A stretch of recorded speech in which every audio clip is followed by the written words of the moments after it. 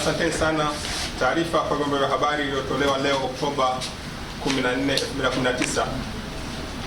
Ndugu wanahabari, karibuni kwa mara nyingine kwenye ukumbi wa Shabani Hamisi Mlowo kwa lengo la kupokea taarifa ambayo CUF Chama cha Wananchi imekusudia kuifikisha kwa umma wa Tanzania kupitia kwenu.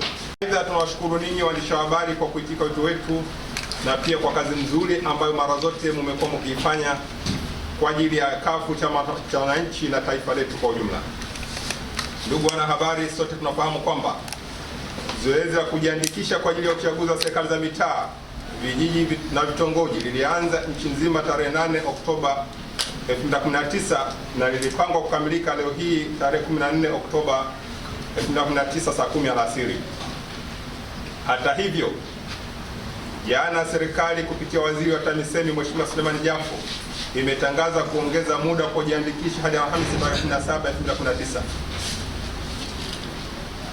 Kabla ya mabadiliko haya, kumekuwa na taarifa zilizoenea kila kona ya nchi kwamba zoezi la kujiandikisha limekuwa likisuasua kiasi cha kuaminika kwamba wananchi wamesusia zoezi hilo.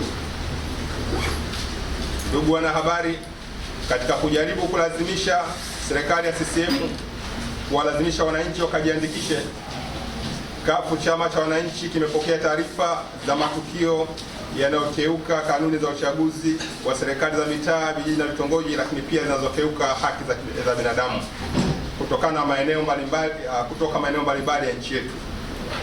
Maeneo ambayo tumepata taarifa za uhakika za kuaminika ambako kanuni za uchaguzi na haki za binadamu zinakeukwa na vyombo vya dola, miongoni mwazo ni Tanga, wilaya mbalimbali kama Handeni, Korogwe na wilaya zingine za mkoa wa Tanga, mkoa wa Dodoma, maeneo ya Kondoa, wilaya ya Kondoa, Dar es Salaam, wilaya za Dar es Salaam, mkoa wa Mtwara na maeneo mengine ya nchi.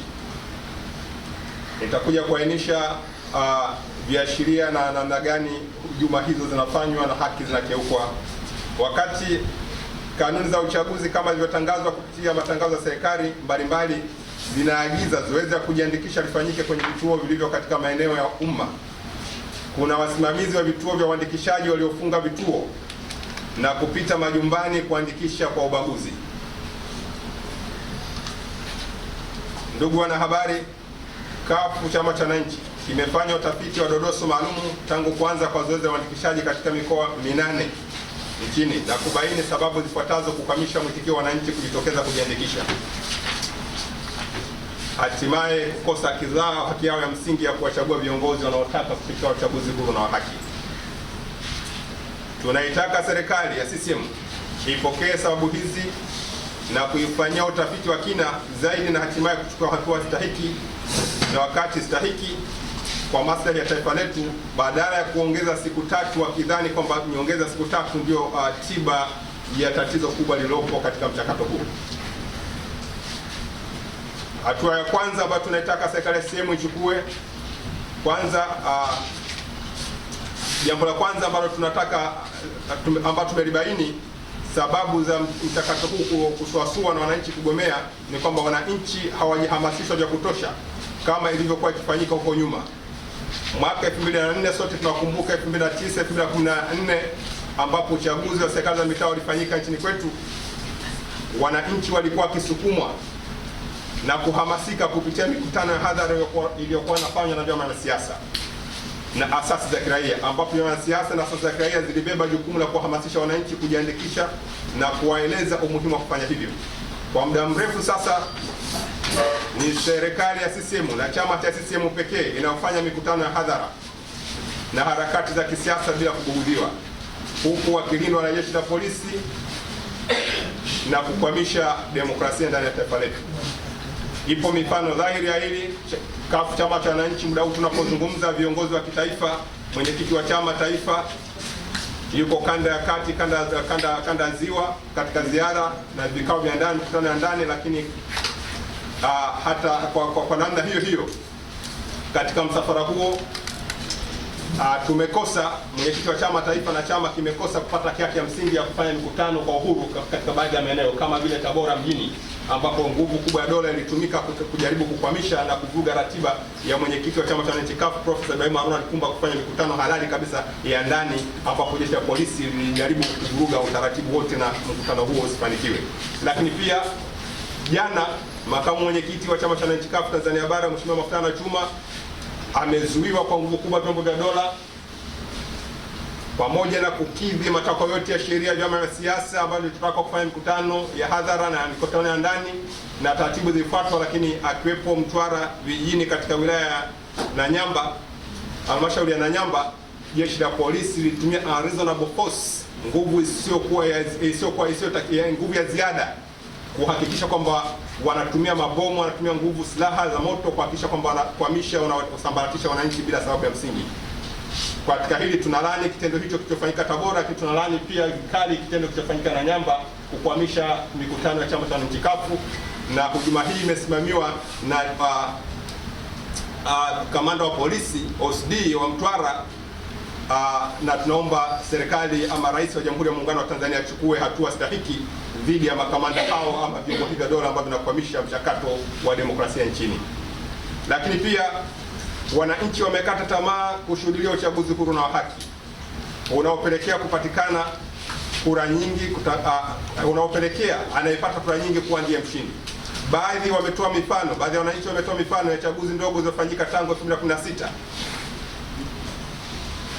za udiwani na ubunge, na kutokuridhishwa na ubakwaji wa demokrasia uliofanyika hadharani mchana kweupe. Wapo walioutaja uchaguzi wa marudio wa jimbo la Kinondoni, lakini pia kata ya Nalingu Mtwara, kata Makonga Newala ambapo chama cha wananchi CUF, na kata zingine kama vile Lukumbule kule Tunduru ambapo chama cha wananchi CUF ilidhihiri wazi kwamba tulishinda kwa kura nyingi, lakini nguvu kubwa za jeshi na vyombo vya dola ilitumika kupora ushindi huo.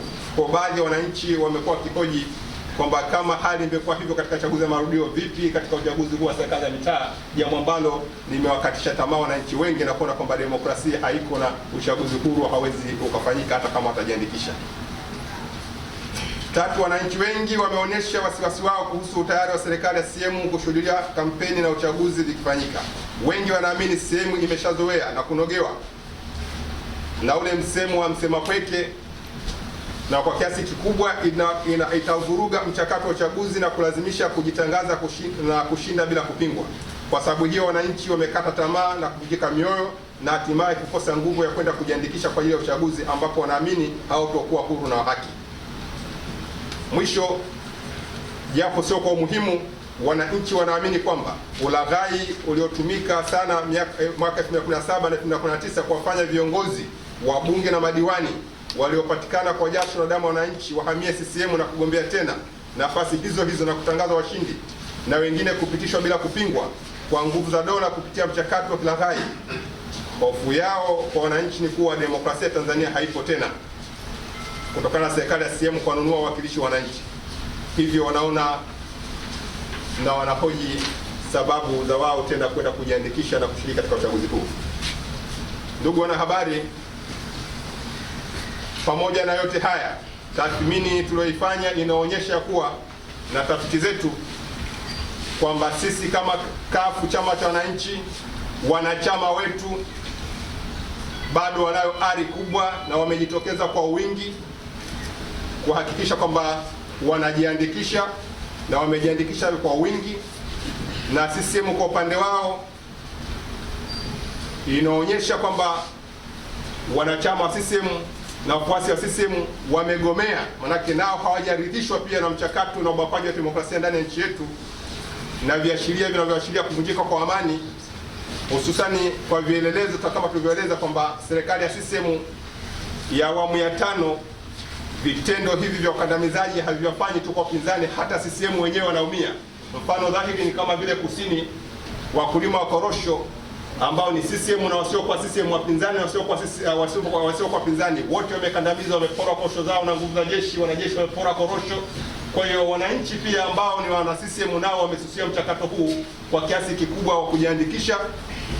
Lakini hata wakulima wa pamba huko maeneo ambapo ya kaskazini na maeneo ya ziwa na wakulima kahawa nao pia wanalia, wakiwemo wana CCM na wasiokuwa na CCM. Kwa hiyo vitendo hivi vya ubakwaji wa demokrasia na haki za wananchi ambazo zinaendelea katika utawala huu wa serikali ya awamu ya 5 vimewafanya Watanzania wengi kususia mchakato wa kujiandikisha, na hili limepelekea mshtuko mkubwa kwa viongozi wa serikali ya CCM na kuona kwamba suluhisho ni kuongeza siku 3 ili watumie nguvu za ziada na reasonable force kuwalazimisha wananchi na kupita majumbani, wakiacha utaratibu na kanuni za uchaguzi ambazo zinataka vituo vya uchaguzi viwepo katika vitongoji husika, vituo vya uchaguzi viwepo katika mitaa husika, wananchi wakajiandikisha katika mitaa yao, katika vitongoji vyao.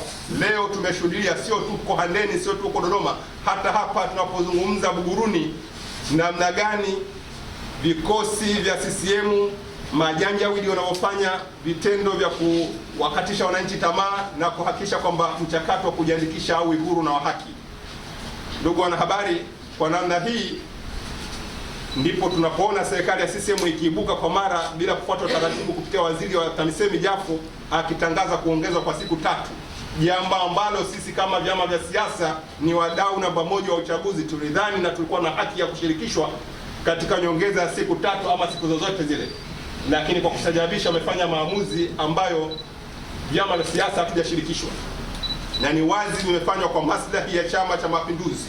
Lakini hata hivyo tunatoa wito kwa chama chetu na kwa wafuasi wa chama cha wananchi CUF popote pale walipo kwamba wasikate tamaa, wazidi kujitokeza kwenda kujiandikisha kwa wingi na wajipange kuhakikisha kwamba kila mmoja anapata haki ya kujiandikisha, na mwisho wa siku waende wakapige kura tarehe 24 mwezi wa 11, lakini pia wasimame kulinda ushindi na kulinda kura zao. Baada ya haya yote, tunatoa wito na kuitaka serikali kufanya mambo yafuatayo. Tamko letu, tunaitaka serikali ya CCM itamke rasmi kwamba vyama vya siasa viko huru kisheria kufanya mikutano ya hadhara, wahamasisha wananchi kujiandikisha na kuzungumza masuala yanayohusu nchi yao kama katiba ya Jamhuri ya Muungano wa Tanzania inavyotaka. Na ni muhimu sana serikali ya CCM kupitia Rais wa Jamhuri ya Muungano wa Tanzania Dr.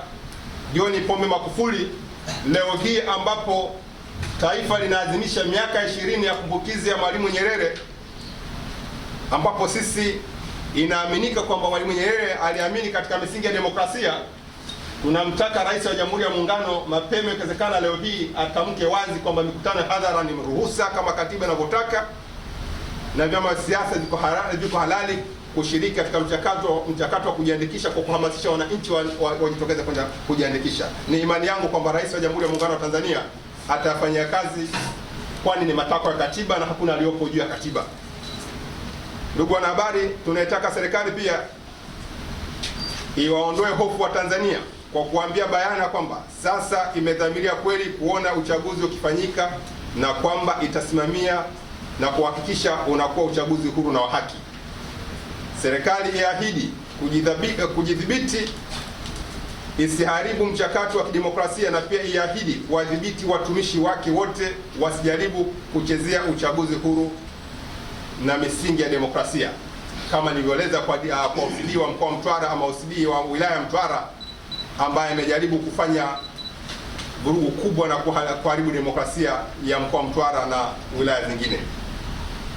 3, tunataka serikali kupitia TAMISEMI izuie vitendo vya waandishi ama wasimamizi wa vituo vya kujiandikishia kuhamisha vituo na kwenda majumbani kuandikisha watu kiholela kama ilivyoripotiwa katika mkoa wa Tanga, maeneo ya Handeni na Korogwe, lakini pia mkoa wa Kondoa, mkoa wa Dodoma, mkoa wa wilaya Kondoa, lakini pia mkoa wa Mtwara, maeneo ya Newala, ambako huko tumekuta maafisa tendaji lakini hata madiwani wakihamisha vituo na kuhamishia majumbani kwao.